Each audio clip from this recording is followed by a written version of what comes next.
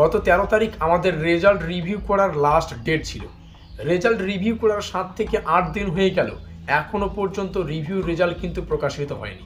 কবে প্রকাশিত হতে পারে আমাদের এই রিভিউ রেজাল্ট? দেখো, অন্যান্য ইউনিভার্সিটি হলে 7 থেকে 8 দিনের মধ্যে রিভিউ রেজাল্ট কিন্তু প্রকাশিত হয়ে যায়, তবে এক্ষেত্রে বিষয়টা কিন্তু একটু আলাদা।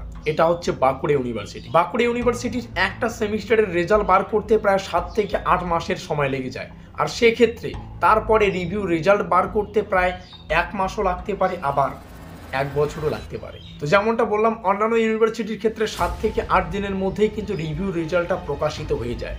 এটা বাঁকুড়া ইউনিভার্সিটি, এখানে একটু সময় লাগতে পারে, 10 থেকে 15 দিন বা মাসখানেক কিন্তু সময় লাগতে পারে। তো আমি জাস্ট এটুকুই বলতে পারবো এই মুহূর্তে দাঁড়িয়ে যে রিভিউ রেজাল্ট সংক্রান্ত তেমন কোনো আপডেট দূর থেকে দেখা যাচ্ছে না, তবে আপডেট উঠে আসলেই তৎক্ষণাৎ ভিডিও মারফত কিন্তু আমি তোমাদেরকে উপস্থাপন করে দেবো।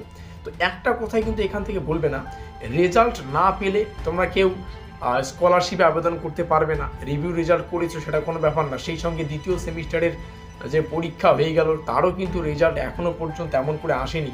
জাস্ট একটা বিষয় মাথায় রাখো, এই রিভিউ রেজাল্ট আসতেই যদি এত দেরি হয়, তাহলে একটু চিন্তা করো যে এই দ্বিতীয় সেমিস্টারের রেজাল্ট বার করতে কতটা সময় লাগতে পারে। আর যদি দ্বিতীয় সেমিস্টারের রেজাল্ট না আসে, তাহলে কিন্তু স্কলারশিপের আবেদনের কার্যকলাপগুলো কিন্তু তোমরা সঠিকভাবে করতে পারবে না। আর কিছু বলার নেই, ভিডিওটি শেয়ার করে দিও যদি ভালো লেগে থাকে। আমাদের আজকের এই স্পেশাল ভিডিওটি এই পর্যন্ত।